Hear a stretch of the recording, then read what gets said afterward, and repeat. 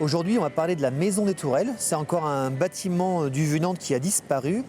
Et on se trouve en fait à l'angle de la rue de Lattre de Tassigny avec le début du quai de la Fosse. On est au numéro 4-5.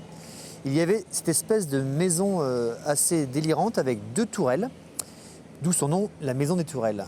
En fait, cette maison avait été créée dans les années 1560 par un certain Julien Mottet qui va accueillir 3 rois.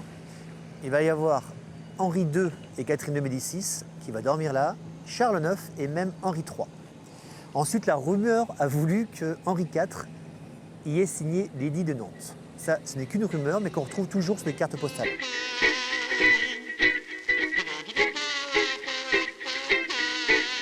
Outre cette carte postale, il existe aussi de nombreuses photos dans l'autre sens, où on aperçoit aussi toute la bourse qui est là-bas, avec la ligne de chemin de fer qui passait là, le tramway qui passait là, et évidemment la Loire qui longeait la Maison des Tourelles. Et pourquoi elle n'est plus là, cette fameuse et jolie Maison des Tourelles? C'est assez simple, c'est qu'en 1943, elle va prendre des bombes, comme beaucoup d'immeubles nantais, et celle-là en l'occurrence, elle va être très très abîmée, et on va détruire ce qui restait de l'immeuble pour créer en fait la rue de Lattre de Tassigny, qui est juste ici en fait.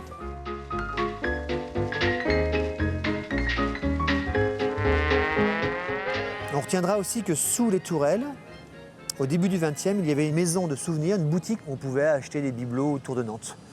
Et ils même spécifié English spoken. Parce qu'il faut rappeler qu'on est à Nantes, il y a beaucoup de touristes, en tout cas il y a beaucoup de marins, donc les commerçants parlaient aussi anglais.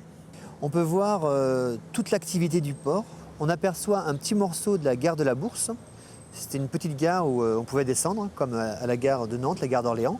On aperçoit la silhouette du pont Transborder, qui, elle, arrive dès 1902 et restera jusqu'en 1958.